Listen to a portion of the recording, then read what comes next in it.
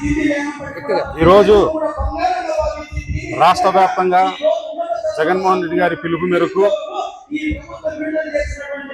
DSC 2025 ఆ DSC దగా డిఎస్సిగా ఈ కూటమి ప్రభుత్వం నిర్వహించిందని చెప్పి ఈ రాష్ట్ర వ్యాప్తంగా ఉన్న 175 నియోజకవర్గాలలో వైఎస్ఆర్ కాంగ్రెస్ పార్టీ జగన్మోహన్ రెడ్డి గారి ఆదేశాల మేరకు మేము గత 3 రోజులుగా నిరాహార దీక్షలు చేస్తున్నాం. మేము ఈ డిఎస్సిలో అక్రమాలు జరిగినాయి, డిఎస్సి సక్రమంగా నిర్వహించలేదు అని చెప్పేదానికి ముఖ్య ఉద్దేశము ఒకటే. ఎగ్జామ్ పెట్టిన వాళ్ళు ఎవరు, ఎగ్జామ్ని కండక్ట్ చేసిన వ్యక్తే ఎగ్జామ్కి కన్వీనర్గా ఉండడం కూడా అనుమానాలకు తావిస్తుంది. అదేవిధంగా ఒక అవుట్సోర్స్ ఉద్యోగిని కూడా మీరు ఆ ఎగ్జామ్ నిర్వహించడంలో ఒక బాధ్యత ఇచ్చినారు, కీలక బాధ్యత ఇచ్చారు.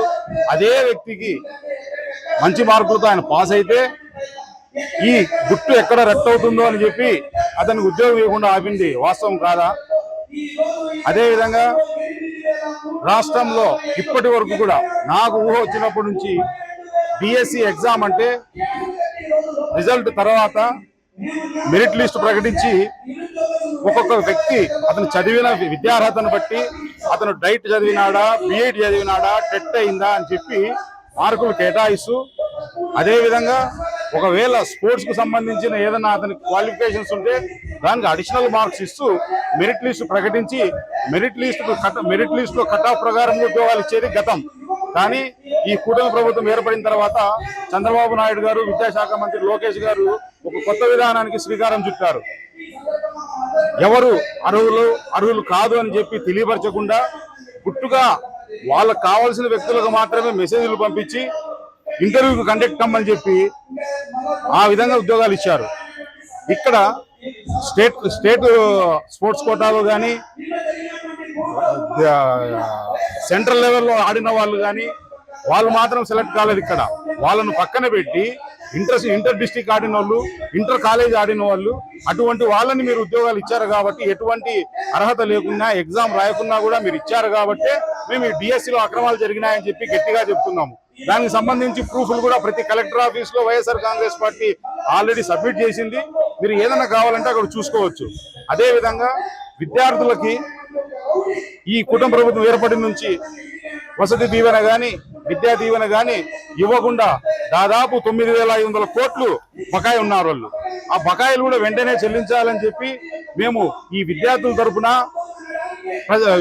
తరపున కూటమి ప్రభుత్వాన్ని ప్రశ్నిస్తున్నాము.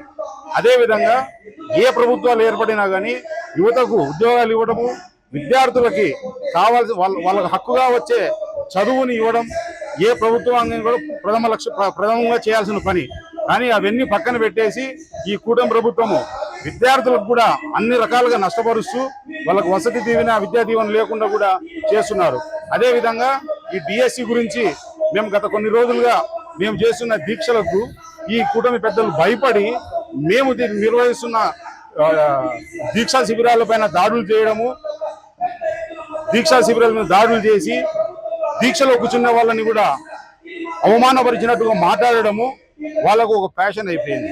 నేను ఆ మాట ఎందుకంటున్నానంటే, ఈ అనంతపూర్లోనే దగ్గుబాటి ప్రసాద్ గారు ఎమ్మెల్యే గారు, ఈ కూటమి ఎమ్మెల్యే గారు ఈ డిఎస్సికి సంబంధించి మేము నిర్వహిస్తున్న దీక్షకు సంబంధించి దీంట్లో గుండాలు ఉన్నారు, రౌడీ షీటర్లు ఉన్నారు, గంజాయి అమ్మే వాళ్ళు ఉన్నారు, వాళ్ళంతా ఉన్నారు ఈ దీక్షలో అంటున్నారు.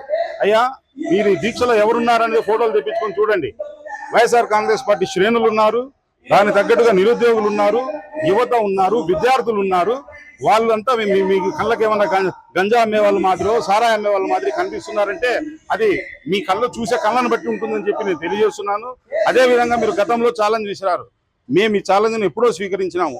మళ్ళీ నేను చెప్తున్నాను, మీరు ఖచ్చితంగా మీ మనస్సాక్షిని అడగండి. 9,500 కోట్లు విద్యార్థులకు బాకీ ఉన్న విషయం వాస్తవం కాదా? వసతి దీవెనగా, విద్యా దీవెనగా డిఎస్సిలో మేము అక్రమాలు జరిగినాయంటున్నాము. మీకు దమ్ము ధైర్యం ఉంటే రండి చర్చకు. అక్రమాలు జరిగినాయనే దానికి ఉదాహరణ నిన్నటి రోజు కూడా ఉన్నత విద్యాశాఖ డైరెక్టర్తో మీరు ప్రెస్ మీట్ పెట్టించినారు. అదేవిధంగా స్పోర్ట్స్ అథారిటీకి సంబంధించిన ఎండి భరణి గారితో కూడా మీరు ప్రెస్ మీట్ పెట్టించినారు. వాళ్ళతో వివరణ ఇప్పించాల్సిన అవసరం ఏమొచ్చింది మీకు? వాళ్ళతో మీరు వివరణ ఇప్పిస్తున్నారు అంటే ఖచ్చితంగా అక్కడ జరిగింది, దగా జరిగింది. డిఎస్సిలో క్వాలిఫైడ్ అయిన విద్యార్థులకి, యువతకి మోసం జరిగిందనే ఉద్దేశంతోనే మీరు వాళ్ళతో వివరణ ఇప్పించారు.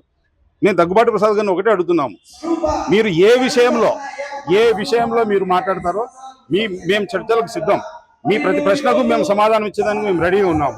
మేము సమాధానం ఇవ్వని పట్ల మా మీద కేసులు పెట్టండి, మేము జైల్లో పోయేదానికి కూడా సిద్ధం. ఒకవేళ మీరు సమాధానం చేయని పక్షాన మీరు అనంతపురం నియోజకవర్గ ఎమ్మెల్యేగా రాజీనామా చేసేదానికి మీరు సిద్ధంగా ఉన్నారా?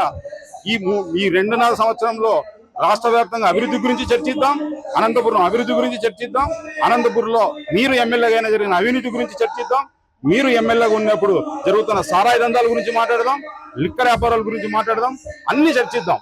దానికి మేము సిద్ధంగా ఉన్నాము. వైఎస్ఆర్ కాంగ్రెస్ పార్టీ తరఫున మీరు సిద్ధమైతే మేము సిద్ధం. మీరు ఎప్పుడైనా ఎక్కడ ప్రకటించినా కూడా టైము డేట్ చెప్పినా మేము వచ్చేదానికి సిద్ధంగా ఉన్నామని చెప్పి దగ్గుబాటి ప్రసాద్ గారిని తెలియజేస్తున్నాను. మీరు మా సవాల్ని స్వీకరించాల్సింది కూడా తెలియజేస్తున్నాను.